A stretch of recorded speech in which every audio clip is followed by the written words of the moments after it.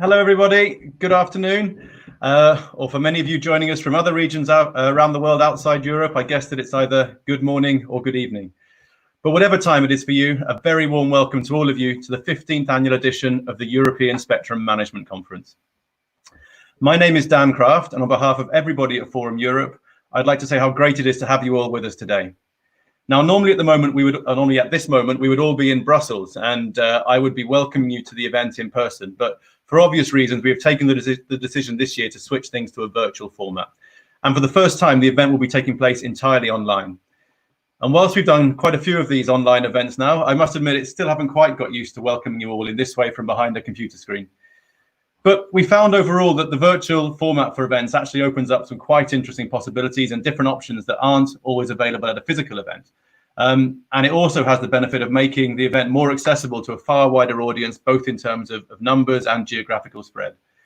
So we've got almost 1,000 people, I think, registered for the conference here today from 76 countries all across the world.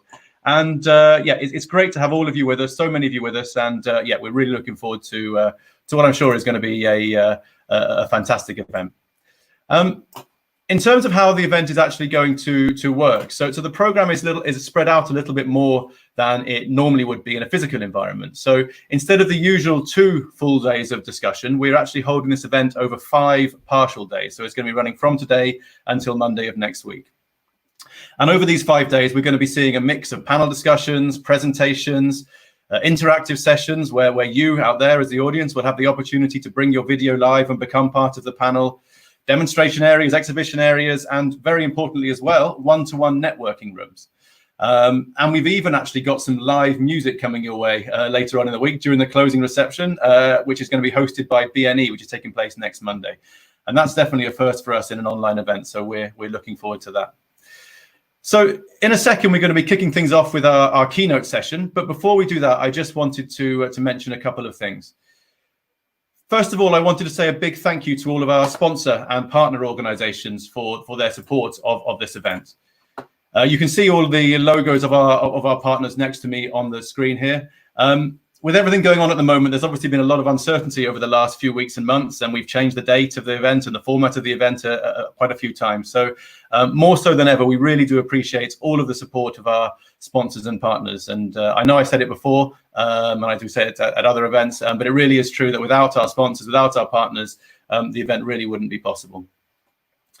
I also wanted to mention our hashtag for the event. So you can see that at the top of the screen here. So as well as being broadcast here on the event platform, the event is being streamed live on Twitter via our Global Spectrum Series account.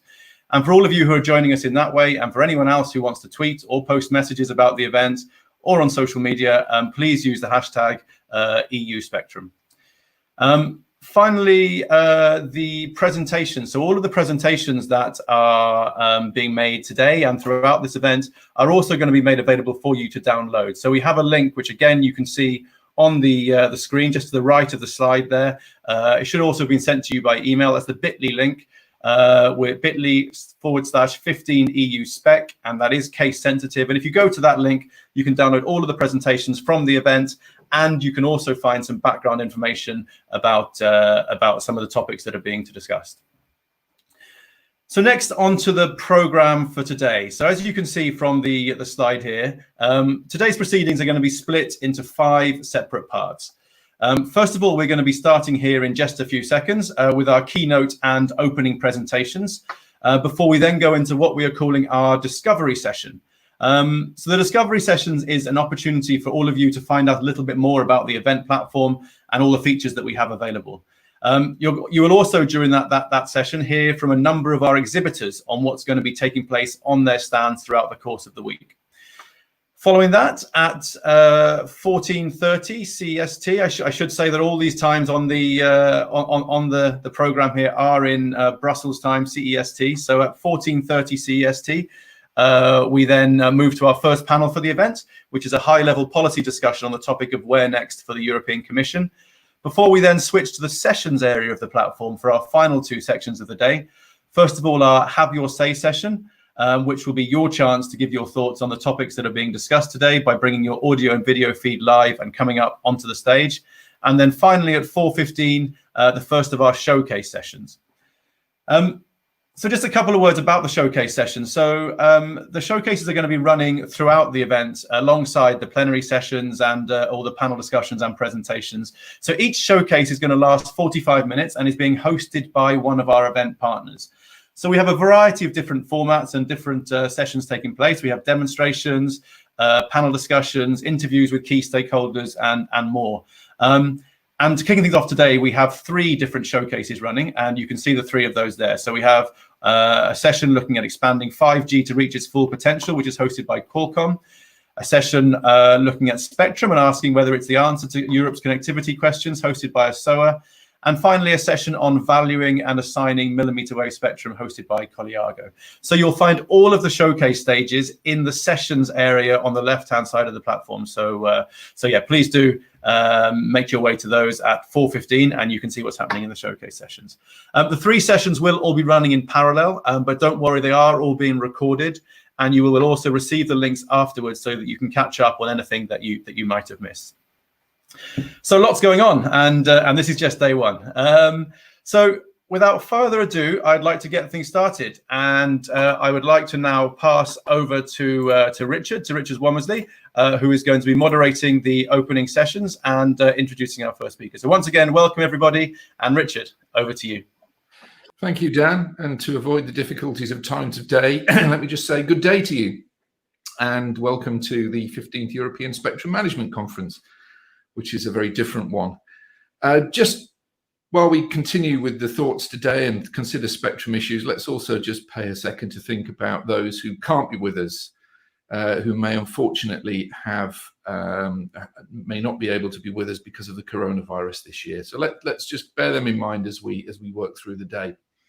Some fantastically interesting panels, both today and through the rest of the conference, that I think we're all very much looking forward to finding out about.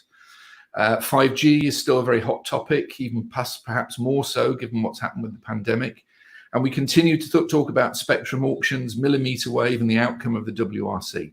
So lots of very interesting topics for us. And to start us off, I'd like to introduce Thierry Breton, who's the Commissioner for Internal Markets and Services at the European Commission.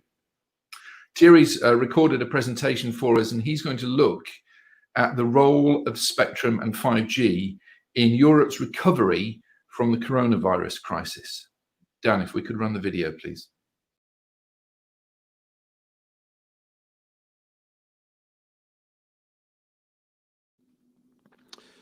The coronavirus crisis is a shock to Europe's economic and societal development. However, beyond the health tragedy, the crisis is also an accelerator of the major trends at work on our planet. The first one I would like to mention is connectivity. Its vital role has been clearly shown during the crisis, enabling large-scale remote working, online education and entertainment, provision of advanced healthcare services, as well as real-time monitoring of manufacturing and key supply chain elements. Connectivity through 5G networks will be an important pillar of our recovery. 5G networks will support critical services such as automated mobility and will be a benchmark for Europe's industrial strengths and international competitiveness. It is therefore very important to ensure the rapid deployment of secure 5G networks throughout Europe as a matter of political priority.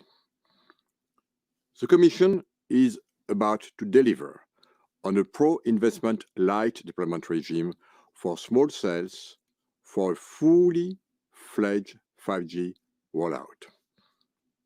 In this regard, I want to be very clear that the Commission is very attentive to the protection of human health. There are international guidelines about that, and we will be vigilant that they are strictly respected as a matter of priority. In this regard, we need to be more active in fighting the unprecedented levels of disinformation about the impact of electromagnetic fields on human health, or even imaginary links between 5G and coronavirus. I'm glad that we are seeing some progress in national authorization for 5G pioneer spectrum. However, we are still only at about 20% of all harmonized spectrum. Moreover, some member states have already announced a temporary halt to their planned spectrum auctions. Such developments and delays could put Europe in a disadvantage. Therefore, it is very important that member states keep the pace of spectrum awards without further delays. Harnessing 5G for economic recovery is only possible if enough spectrum becomes usable for 5G. The recent Commission's recovery plan proposes for the next 7 years period about 150 billion euros for digital innovation and deployment, out of which 45 billion for strategic investment, including 5G. I encourage and recommended member states to design auctions for encouraging such investment. For example, by setting conditions that lower spectrum prices altogether, or by raising auctions revenues to leverage further investment in broadband rollout. If connectivity is such a key asset for Europe's future, we cannot escape another consideration, which the crisis also forcefully put in front of our eyes. We are now much more aware of the areas where Europe needs to be more autonomous and resilient. Key technologies, such as 5G, is one of these areas. The current crisis has shown some weaknesses in our supply chain and the limit of our over-reliance on suppliers of key parts outside of Europe.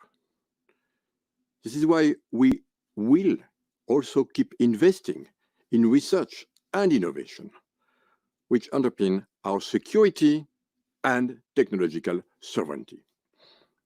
A final point, regardless of how we build our 5G networks, they will have to be secure. It is therefore very important that member states continue to implement the recommendations of the 5G security toolbox, setting out a joint approach based on an objective assessment of identified risks and of corresponding mitigating measures. The coming months will be an important test for our credibility as Europe. It is now important to keep the momentum going and maintain the commitment to work together on a consistent implementation of the toolbox across all member states. As a conclusion, I would like to say that 5G is fundamental for our economic recovery and long-term prosperity. The Commission will continue working to support efforts to release 5G spectrum and to reinforce 5G investment. I wish you all a successful discussion around these important topics.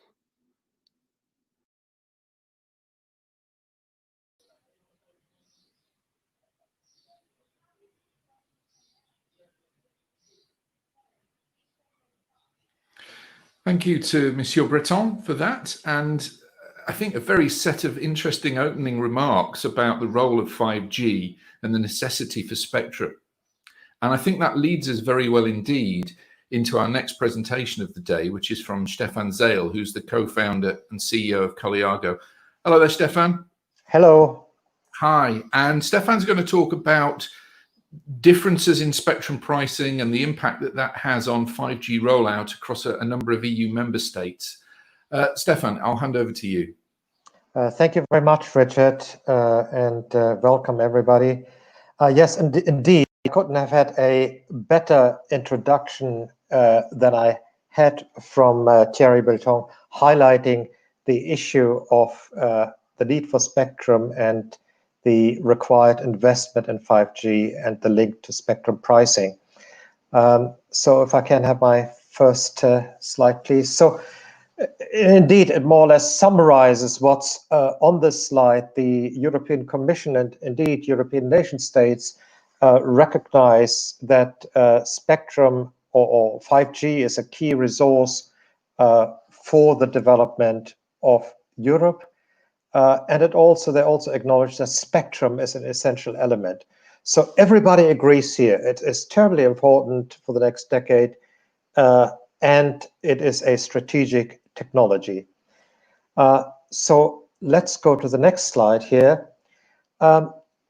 Let's look a little bit, what are the capabilities of 5G or what 5G must deliver? This is quite simply the IMT 2020 requirements, i.e. 5G. And the key thing here, in as much as it relates to spectrum, is the user experienced data rate, which is supposed to be 100 megabits anytime, anywhere. And you can see that's a factor of 10 increase compared to what we have now. And then the other one is the area traffic capacity. So that is measured in megabits per square meter. And here, the increase is even sharper, 100 times. So some of this must be, or a lot of this must be delivered by making additional spectrum available, and some of it actually comes from the capabilities that are inherent in 5G. So let's go to our next slide. This is the sort of situation we have in a typical European country. So we've got the legacy bands, and there's maybe around about 600 megahertz available, a mixture of sub 1 gigahertz and lower mid-band. And then we have the new 5G bands, which, and I call them 5G in quotation mark because, of course, spectrum assignment in Europe is technology neutral. But nevertheless, these are the bands where 5G will be deployed or is already deployed in some markets. And we have a 400 megahertz already being identified in Europe or assigned in 3.5 gigahertz. And then there might be additional spectrum, 700 megahertz in the 6 gigahertz band, and maybe even more, another 100 or 150 in 3.8. And then, of course, we have the high band to start with, 1.6 gigahertz, but more to come, to perhaps as much as 3 gigahertz in the high band or millimeter wave. So that's from 26 gigahertz upwards in the European Union. And it is the upper mid band that is required to deliver that user experience data rate, and the millimeter wave bands is necessary to satisfy that requirement for the area traffic capacity. So next slide, please. So the amount of spectrum that will be used by mobile will increase enormously. And so I think the factor increase I calculated is roughly 5.5 times in the medium term and more in the longer term. So there's more and more spectrum being made available. But on the other hand, the mobile industry, the revenue isn't really increasing. So we have more and more spectrum being used to produce a given amount of revenue.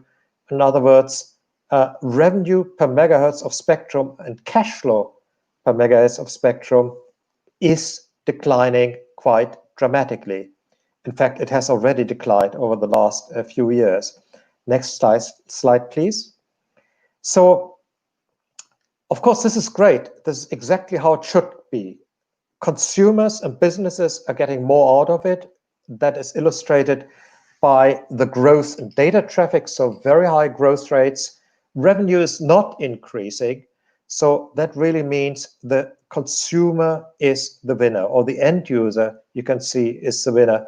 And that is really an illustration how much the mobile industry delivers to societies in Europe and elsewhere. Next slide, please. But there is a problem, and I summarize it here. Investing in telecoms infrastructure sucks, or words to that effect. This is something, was a headline in the Financial Times from the 30th of December of last year. And telecoms has been one of the worst performing sectors for investors over the past 5 years as global bets have failed to pay off. That has left companies with huge debts, even if they're under intense pressure to invest in new 5G and full fiber networks, etc., etc. So indeed, today I just, on the newswire, the news just came through from Telkom in South Africa that they suspended dividends for 3 years in order to pay for spectrum.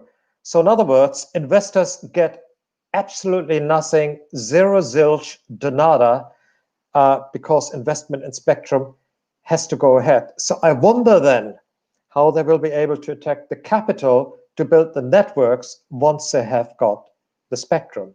Next slide, please. Because there needs to be a return on investment. I suppose none of you would invest somewhere if you're not making a return on investment. And the return on investment is simply the profit a business makes divided by the capital employed. And of course, capital employed includes both tangible assets, i.e. the network itself, the towers and so on, as well as intangible assets, i.e. the spectrum. Next slide, please. So let's have a little look what happened in the EU over the past years with spectrum auctions. Billions have been extracted from the mobile industry to pay for spectrum. And the European Commission tried, I think, repeatedly to harmonize spectrum assignment processes in Europe, but met with a lot of resistance from the NRAs. You know, fair enough, they want to maintain their sovereignty. But that led to a situation where some countries explicitly seek to raise substantial money from spectrum auctions, whereas others take a completely different approach.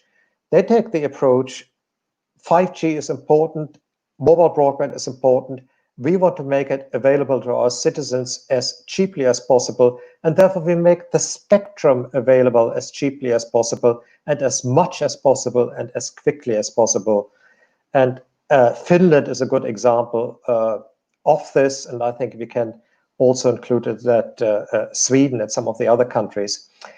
And the European Commission, of course, the Radio Spectrum Policy Group is aware of these divergent approaches to pricing spectrum, and they asked Colliago to conduct a study, which we concluded in March. We looked at 13 European countries to compare spectrum pricing. To answer the question, will differences in spectrum pricing lead to divergent 5G developments in EU member states? Of course, if it did, it would implicitly be a threat to the internal market or to the coherence of what is going on in the European Union. Next slide, please. How did we do that? Well, we quite simply converted the upfront license cost into an annualized equivalent. So this is using an annuity for calculation. And we added any annual fees if they were any, and that gives us the annualized cost of spectrum. We compared that to the industry revenue, so we can tell for each country what is the annualized cost of spectrum as a percentage of industry annual revenue. So this is done at industry level for each country.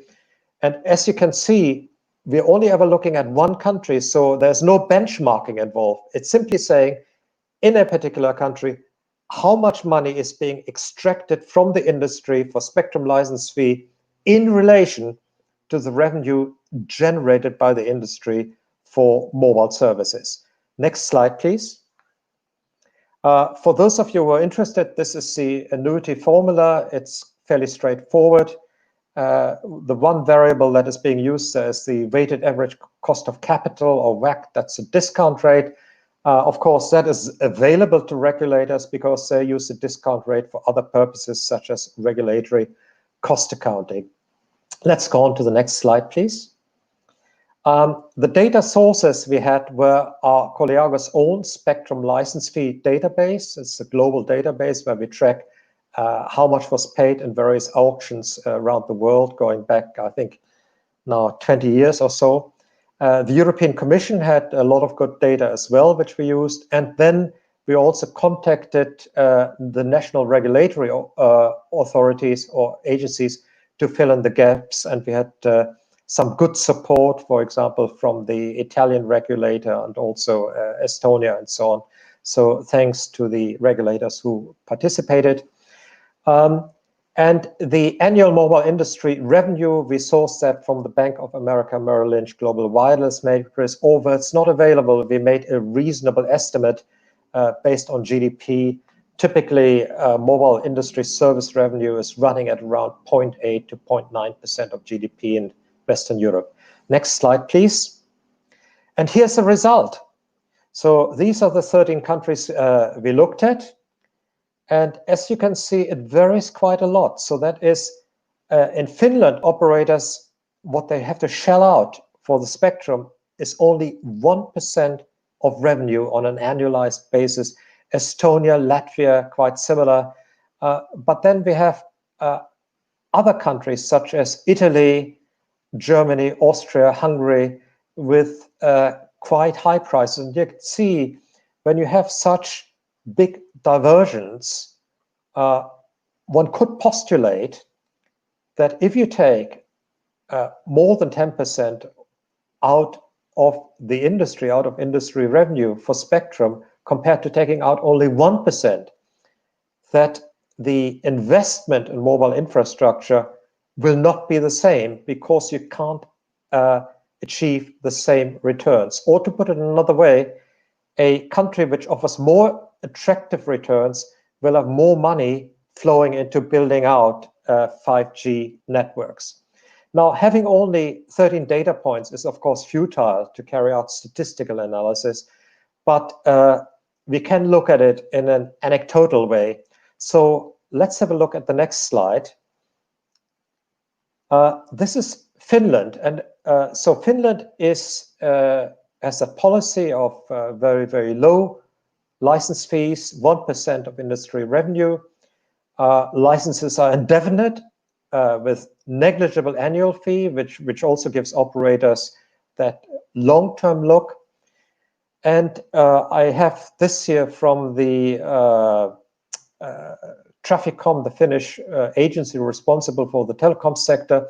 Mobile data usage grew to 34 gigabytes per Finn per month during the first half of 2019. So, which is 21% more than the year before. By comparison, the Western European average is only 8.2 gigabytes. So you can see if we can use the amount of data that is being transmitted as a proxy of value being created, then clearly in Finland, way more value, 4 times more value is being created out of mobile communications compared to the European average.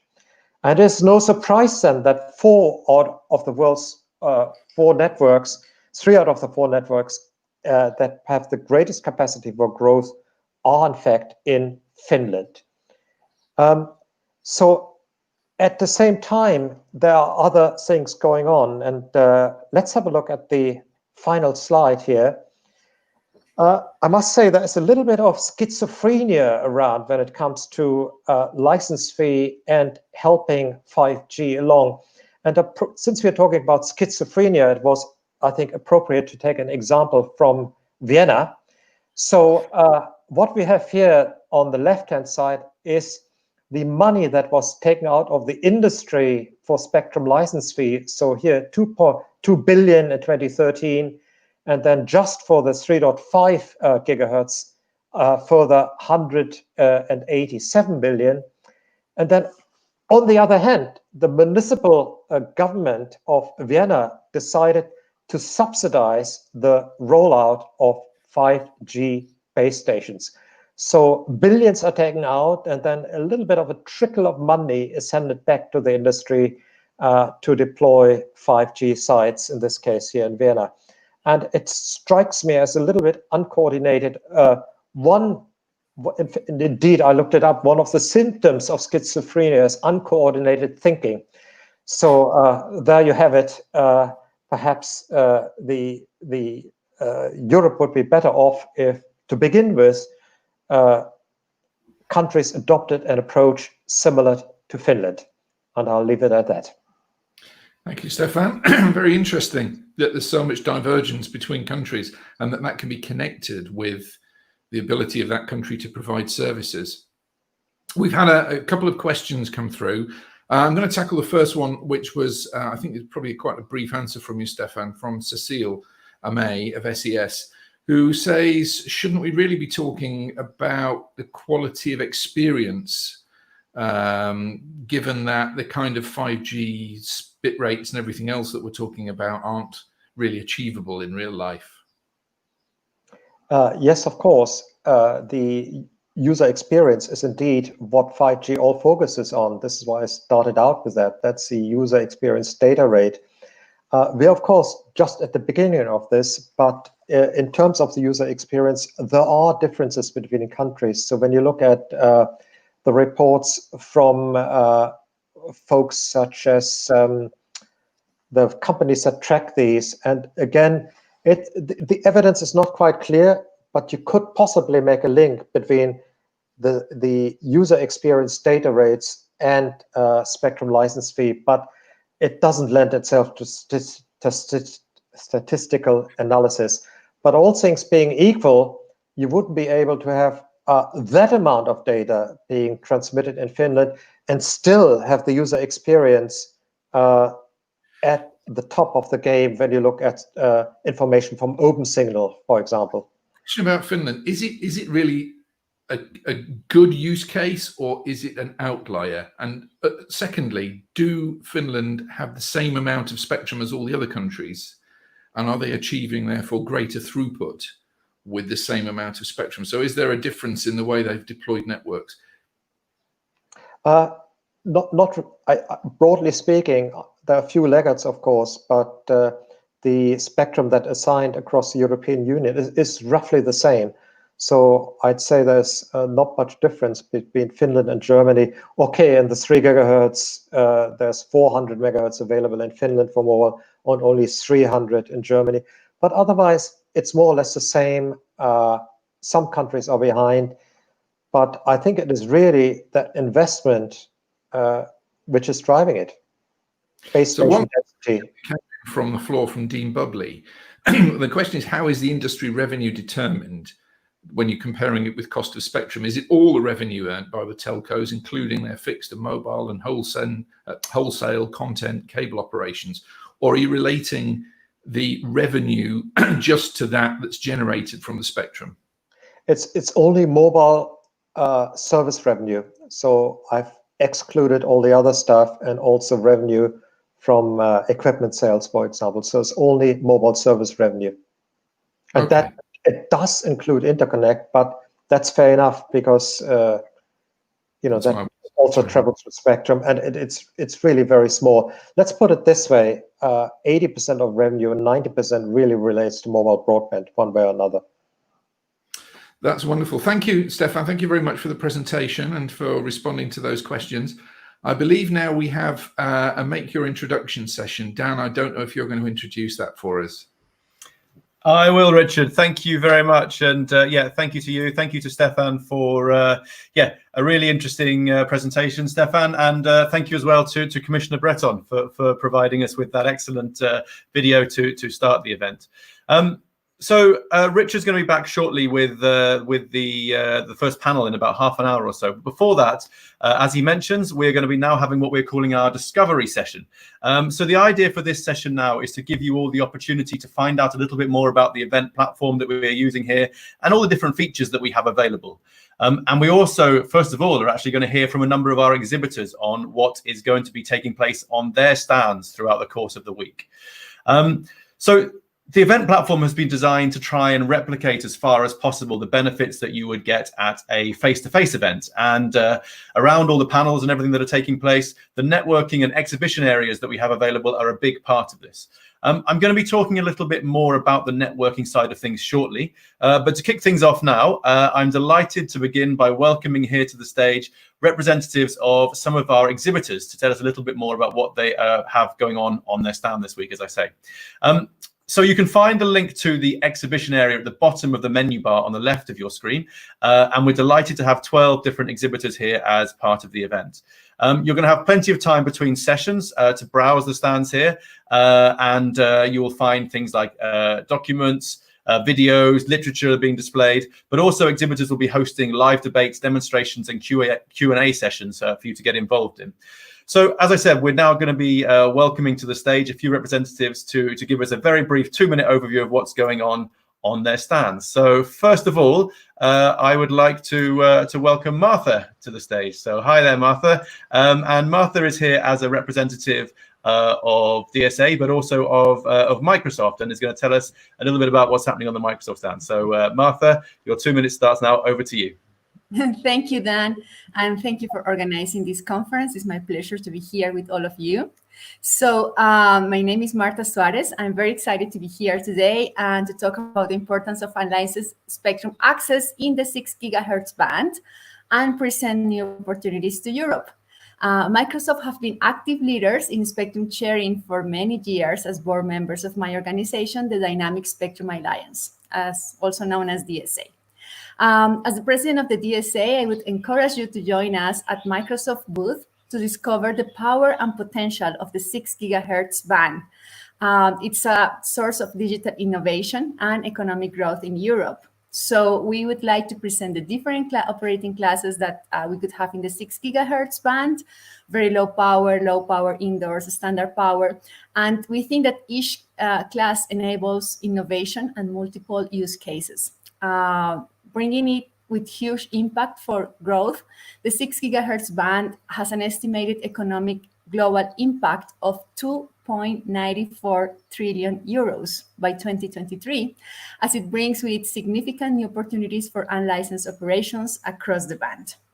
As many of you are informed, recently the Federal Communications Commission in the US has approved an unlicensed framework to the band, unlicensed access framework, to support the increasing demand for Wi-Fi and to drive innovation and growth in connected markets in the US. So together with the DSA and with Microsoft, that is one of our members, we wish to encourage Europe to adopt its own framework and to enable unlicensed access to the 6 gigahertz. You know, recently with the crisis and also Martha, I'm very sorry. We're a bit short for time, so I'm going to have to stop you there if that's okay. But no thank worries. you. Interesting. I just invite you to attend the booth and we'll be happy to discuss there. Thank you. Thank you. As Martha says, she'll be live at various times on the Microsoft booth. So please do join Martha there. So next up, we have Cecilia May. So Cecile is joining us and is going to be talking on behalf of SES and letting us know what's going on in the SES booth. So Cecile, over to you. Thank you, Dan, and hello, everyone. Thank you to Forum Europe, Dan and his colleagues for the great organization of this annual event. We are delighted to welcome you in our SES exhibit stand at the Expo Center of this Forum Europe conference. In our exhibit, you will find lots of information about our latest innovative development in the satellite sector and how we contribute to the deployment of modern connectivity for 5G, our partnerships with the cloud industry, and the delivery of broadband access in countries that are neighboring Europe. All of this information is available through our 5 minutes video, as well as from the documents and web links, which you'll find in clicking on the small globe icon next to the Twitter icon on the right side of the screen. In particular, we're inviting you to read more about our new O3b mPOWER constellation of satellites, to be operational next year. My colleagues and I remain at your disposal to answer any question you may have about SES vision and role in communicating modern societies and why it's critical to preserve satellite access to spectrum. Just post a few words through the chat facility to Cécile Amey, and I will take care of you. And please don't miss our SES showcase to be held on Thursday. Thank you and enjoy. Thank you very much, Cecile. Thank you. And as Cecile mentions, as well as the exhibition stand, SES will be taking part in the showcase, which is happening on Thursday. So thank you for that, Cecile. Next up, Joanne. Hi, Joanne. How are you doing? Hi, Dan. How are you? Good. Very good. Thank you. Very good indeed. So Joanne is here on behalf of LeMay Yates, LYA. And Joanne, over to you to let us know what's going on in your stand. And I think you're going to talk a little about your showcase as well. So over to you. Absolutely. Thank you, Dan. And thank you to Forum Europe for putting up this conference, European Spectrum Conference, this year in a different format. It's been quite interesting. They've put in a lot of work. LYA, I don't know anyone. I know quite a few of you, but I know I don't know anyone. And hopefully you'll take this opportunity to come and check our presentation of what we do. We're a consulting firm, but we also have auction platforms and auction tools. So we also do quite a lot of software development. And we're quite active in a variety of areas, from spectrum, from the cradle to grave, if you want, including valuation. We also sell and act as help carriers dispose of spectrum licenses. So you'll see that on our booth. I would like to invite you that tomorrow, actually, I will be moderating the session on 6 gigahertz. Already the introductory comments today provide a lot of input into that, and I'm sure that's going to be quite exciting. And as I mentioned, we do have spectrum and auction tools. And if you join our showcase this Friday, so end of the week, you will be able to see a demonstration of our auction tools. So we certainly would love to see you. If you need to contact us, you have all our contact information at our booth, and we certainly would be pleased to have a chat with you at any time. So thank you very much, and I hope you enjoy the conference. Thank you, Joanne. Thank you very much. And we're looking forward to your showcase and the session, of course, as you said, they're going to be moderating tomorrow. So thank you very much. So next up in this quick fire tour of some of the exhibitors, we have Heiko Ross. Hi there, Heiko. How are you doing? Good. How are you doing there? Very good, thank you. Very good indeed. And Heiko is here on behalf of Ellis Telecom to tell us a little bit about their stand. So Heiko, over to you. Okay, thank you. Well, very warm welcome from Ellis Telecom to the European Spectrum Management Conference, a conference that Ellis Telecom has been sponsoring for many years in the meantime. At our booth, we look forward to discuss with you our quite comprehensive solutions in terms of spectrum management. You may have a look at our world-leading spectrum management system, MySpectra, that clearly pushes the boundary in automated frequency assignment, e-licensing, and so on. And that is available both on-premise, but also in the cloud these days. Then, of course, we're happy to talk to you about your needs with regards to spectrum consulting. We have Richard, we have Saul on board, and whether it is about regulatory policy or strategy, pricing, tariffing, or any other spectrum-related topic. Then, of course, we're going to have our radio monitoring, geolocation, and direction finding system, Ellis Observer, on display. With the introduction of big data, but also artificial intelligence in radio monitoring, there's a whole new world of opportunities available to spectrum regulators these days, and this is certainly quite interesting. Last but not least, we also look forward to talk to you about our recent experiences within the German 5G market, whether it is from a regulatory perspective or whether it is from a vertical enterprise perspective. As a 5G campus network license holder ourselves in Germany, we have successfully gone through the regulatory application process and are currently defining our own use cases and evaluating different system supplier network implementation strategy. To conclude this presentation, let me just also announce that we have special brief presentations at our booth. On Wednesday at 3:10, we have following the spectrum sharing session. I will give a short overview about spectrum sharing solutions that we have introduced at several regulators in different bands for different applications. Thursday at 2:05, following the WRC 23 session, Richard will talk about compatibility between 5G and other services.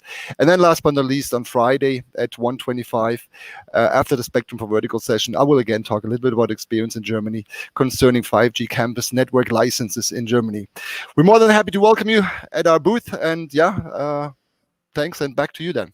Thank you, Heiko. Thank you so much. And lots going on. And I'm sure, Heiko, you and the team will be posting reminders of those various things going on the chat. So looking forward to that. Thank you very much.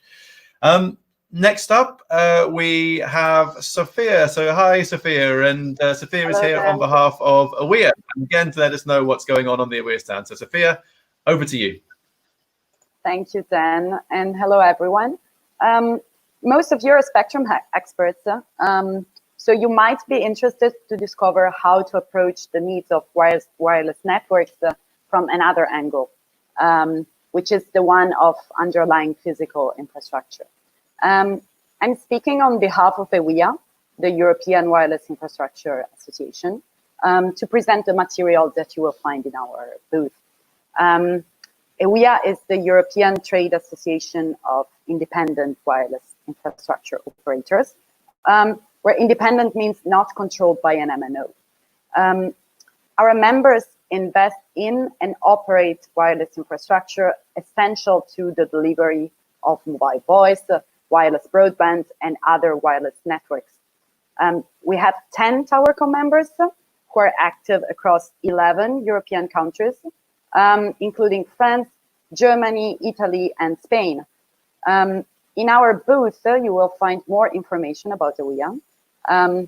We are displaying our narrative, an infographic on the 3 challenges to enhance Europe mobile's connectivity and how our sector can solve them. Finally, you will also find a more comprehensive independent study on the economic benefits of such an innovative approach.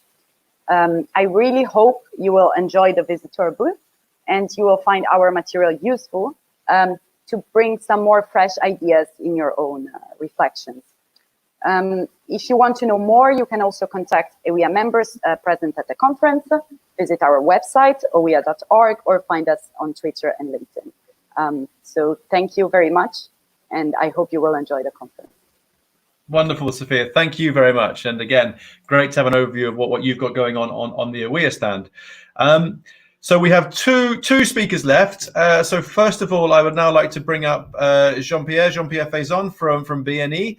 BNE, again, are another one of the supporters, the organizations who've been involved in the event for a long time now. So Jean-Pierre, welcome, and looking forward to hearing what you have going on your stand as well.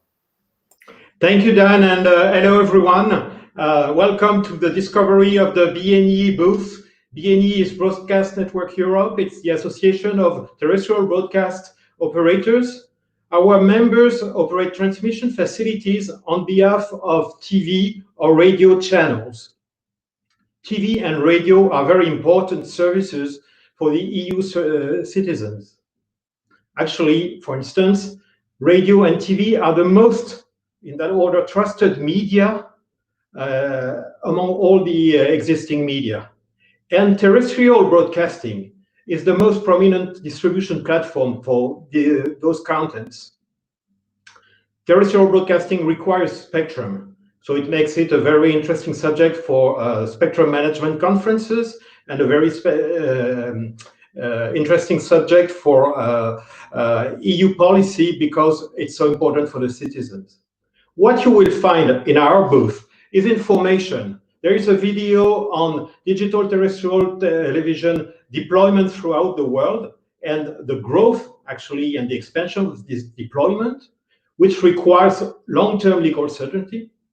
You will also find information, the BNE infographics on the specific context of Europe and how DTT is a European success story, also innovating to be future-proof.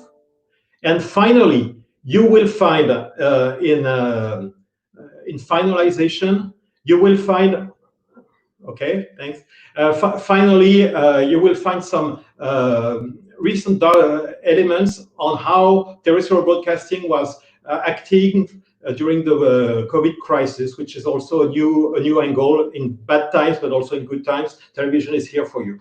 So we are looking forward to seeing you at the BNE booth. Thank you. Thank you, Jean-Pierre. Apologies for that slight disruption to your presentation there, but thank you. And that's really good to hear about what you're doing there. And yeah, I'm sure people will be coming to check out your booth. So thank you very much for that.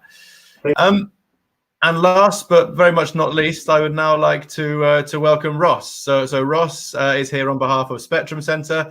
And again, Ross, over to you to let us know what's happening at your booth today. Hi, so good morning. I'd like to a warm welcome from Spectrum Centre. So Spectrum Centre provides a web-based application for spectrum management. The application itself consists of 3 modules allowing e-licensing, technical analysis, and remote monitoring capability. So at our stand today, we'll be showing the flexibility of the platform, allowing integrations with other systems. And being a web-based app, we can use the app from any laptop, mobile, or tablet as well. So at the moment, we've currently spent the last decade delivering these systems to the Americas, and now we're currently actively delivering in all of the ITU regions around the world. So at our stand, we're excited to use this virtual platform to be able to demonstrate the software. We've got our e-licensing workflow that we have demos set up. So please connect through the platform, interact with the stand, and we look forward to speaking to as many of you as possible as we cover the topics of using high-resolution data sets, modeling high-frequency spectrum aspects, and spectrum sharing scenarios as well. So we'll look forward to seeing you all today. Thanks very much. Ross, thank you very much. And again, great to hear what you have going on there. So thank you, really appreciate it. So thank you very much to everyone. So a bit of a whistle-stop tour, I should say, of the exhibitions that we have going on. But please do go and check out all of those exhibitors and more, as I said, in the expo area, which you can find at the bottom left-hand side of your screen. And as you can see just here, if this hasn't given you enough reason, hearing from people now hasn't given you enough of a reason to visit all the stands, I also wanted to let you know now about a competition that we're going to be running over the course of the event. So we realize that some of the interactive parts of the platform that we have here are a bit different to what you find at standard webinars, and may well be new to many of you. So as an incentive to try and get you to try things out and to make the most of these areas, we're actually going to be giving away an iPad in a draw that's going to be held at the closing ceremony of the event next Monday.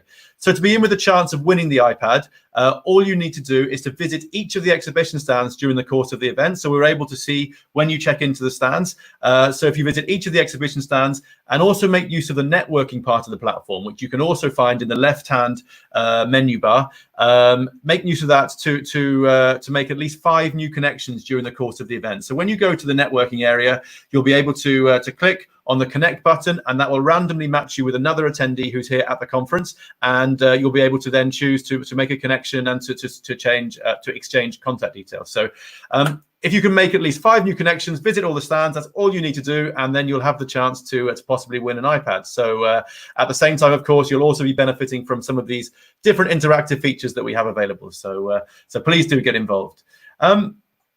So without further ado, we now have about 5 minutes left. But what I'm going to do is actually extend the time that you have to now explore the platform. So to look at the networking area, to visit the exhibition stands. So we're going to leave you about 15 minutes. So we're going to be starting again in about 15 minutes time, back here at the stage.